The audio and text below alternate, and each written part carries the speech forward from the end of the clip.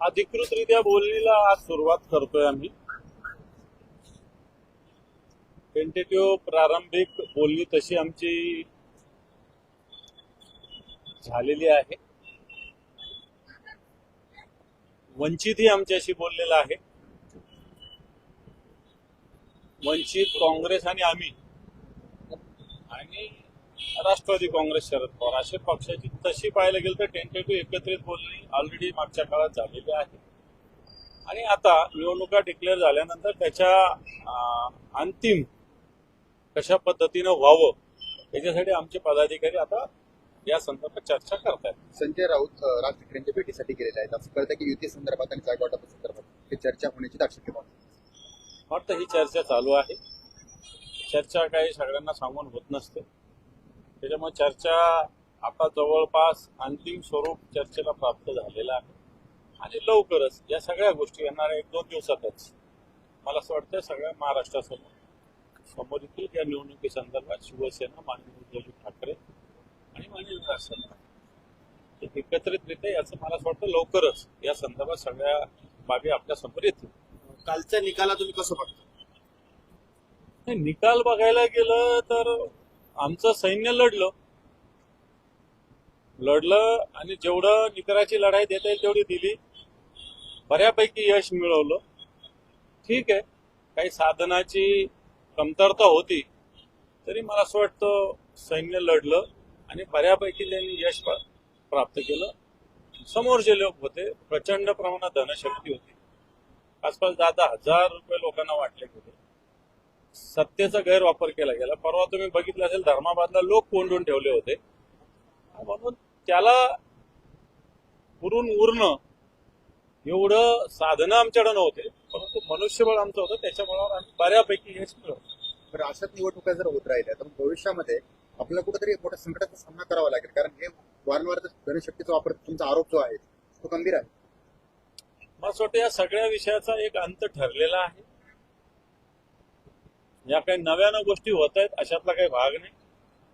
आधी कोणी करत होतं, आता भारतीय जनता पार्टी करते, शिंदे गट करते.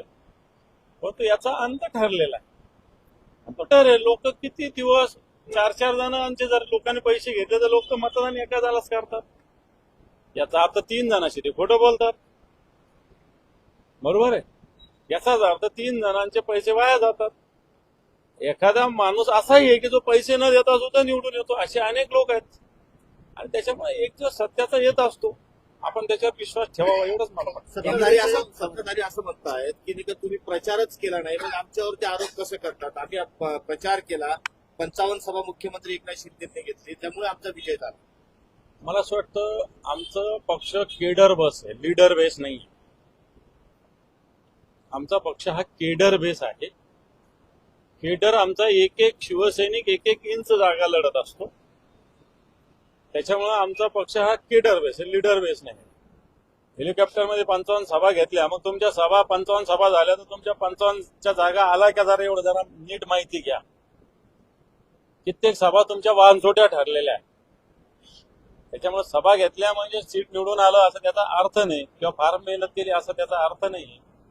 कित्येक सभा आता मी संभाजीनगर पैठणला देवेंद्रजीची सभा झाली, काय झालं? रत्नपुरा देवेंद्रची सभा झाली, काय झालं? काय पडल्या ना जागा. त्याच्यामुळं सभा आणि निवडून येणं याचं गणित स्वतंत्र आहे. एकनाथ शिंदे म्हणतात की आमचं स्ट्राईक रेट याच्यामध्ये खूप चांगलं आहे. एकनाथ शिंदेला म्हणा राजकारण सोडून आता ते स्ट्राईक रेटवरच काम करत आहे. क्रिकेट, बॅटिंग, बॉलिंग त्याच्यातच पडायचं. स्ट्राईक रेट वगैरे वगैरे एक जागा लढण्याची, एक जागा जिंकली 100% माझा strike rate. Bharatiya Janata party, Shinde गट आणि अजितदादा यांचीच बऱ्याच ठिकाणी फाईट झाली. हे कबूल करायला काही हरकत नाही. बऱ्याच ठिकाणी आणि त्यांनीच एकमेकाची अडवली आणि एकमेकाची चिरवली. खूप ठिकाणी असं झालेलं आहे. काही अपक्षांनी तसं धर्मनिरपेक्ष आणि समतेचा जप करणाऱ्या काँग्रेसनं भाजपच्या उमेदवाराला स्वतःच्या तिकिटावर उभं करून काँग्रेसच्या उमेदवारांना भाजपच्या तिकिटावर उभं केलं आणि भाजपची बी टीम म्हणून काँग्रेस काम करत नाही असं रोहित पवार म्हणाले. माझ्याकडे असं काही माझ्या कानावर नाही, परंतु अशोकराव चव्हाण यांनी काही लोक अशा पद्धतीनं नांदेडमध्ये उभं केल्याची माहिती माझ्याकडे आहे. या ज्या निवडणुकांचा निकाल लागले याचे परिणाम महानगरपालिका निवडणुकांवर होऊ शकतात. महानगरपालिका निवडणूक या मोठ्या आहेत. नगरपालिका निवडणूक ह्या काही नगरपालिका 15,000 मतदारांच्या आहे, काही 25,000च्या आहे, काही 35,000च्या आहे, काही 40,000च्या आहे, काही 27,000च्या आहे. परंतु महानगरपालिकेचे एक एक प्रभागच 50,000, 60,000, 70,000, 80,000चे 90,000चे. त्याच्यामुळं मला असं वाटतं मतदारांची संख्या प्रभागामध्ये महानगरपालिकेमध्ये मोठ्या प्रमाणावर आहे. छोटी निवडणूक आणि मोठ्या निवडणुकीत फरक असतो आणि मला असं वाटतं तो फरक महानगरपालिकेच्या निवडणुकीत आपल्याला दिसेल. मोहन भागवतांचं एक विधान आहे की संघाला भाजपच्या चष्म्यातून पाहणे चुकीचे आहे. हिंदूंसाठी एकच देश आहे तो म्हणजे भारत. हे दोन विधान त्यांनी केले. हिंदूंसाठी भारत देश आहे हे जरी सत्य असलं तरी बाकीच्या हिंदूंकडे सुद्धा भारताने लक्ष दिलं पाहिजे. जसं बांगलादेश, इथं एका हिंदू मुलाला उलट टांगून जाळून मारलं परवाच्या दिवशी. तर आपला हिंदू राष्ट्र आपण म्हणतो किंवा हिंदूंचा देश म्हणतो, तर या हिंदू पंतप्रधानांनी मला असं वाटतं याच्यामध्ये इंटरफेअर केलं पाहिजे. एक, आणि भारतीय जनता पार्टी संघाचा चष्मा आणि भारतीय जनता पार्टीचा चष्मा हे सरसंघचा एवढा मोठा नाही आहे. सरसंघ चालकावर बोलणं मला योग्य वाटत नाही. परंतु संघ भारतीय जनता पार्टी सोडून कोणाचा प्रचार कधी केला तुम्ही बघितला का?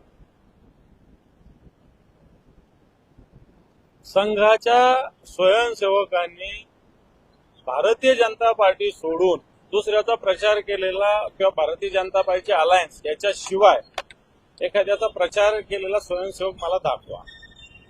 आणि खरं तर या वक्तव्याच्या माध्यमातून मला हेच म्हणणं आहे, मी सुद्धा संघाशी संबंधित राहिलेलो आहे, अजूनही आहे, याचा अभिमान आहे मला. परंतु आजची भारतीय जनता पार्टी, पैसे देऊन मतं विकत घेणारी भारतीय जनता पार्टी ही संघाला मान्य आहे का? तर मला असं वाटतं संघाची विचारसरणी मान्य करत नाही.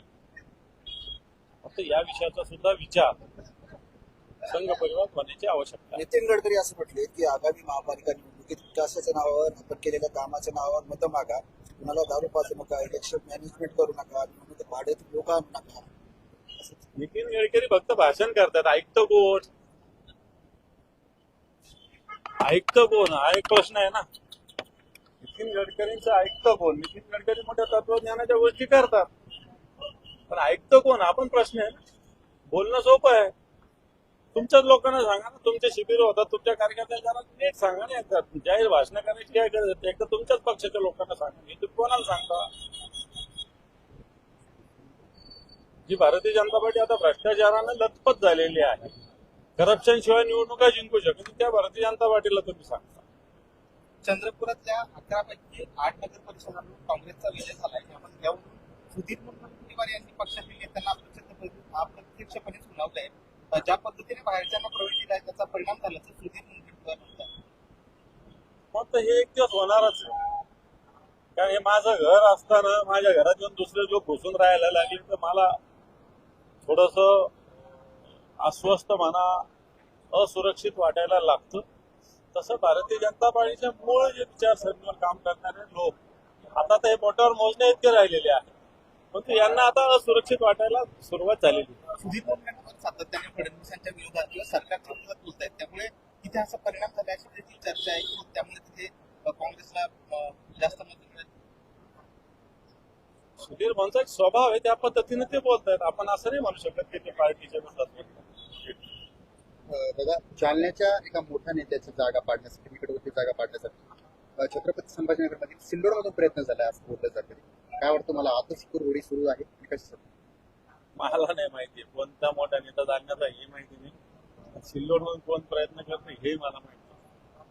बरं, पण तुम्हाला असं वाटतं की त्यांच्यातच एकमेकांची जागा पाडण्यासाठी? ते तर आहेच, त्यांची एकमेकाची आडवाणी एकमेकाची जिरवा आहे. जालन्यामध्ये भारतीय जनता पार्टीचे कोरंट्याला आणि शिवसेनेचे अर्जुन खोतकर म्हणजे शिंदे गटाचे हे एकमेकाविषयी काय काय बोलतात, किती चांगल्या शब्दात बोलतात तुम्हाला माहिती आहे.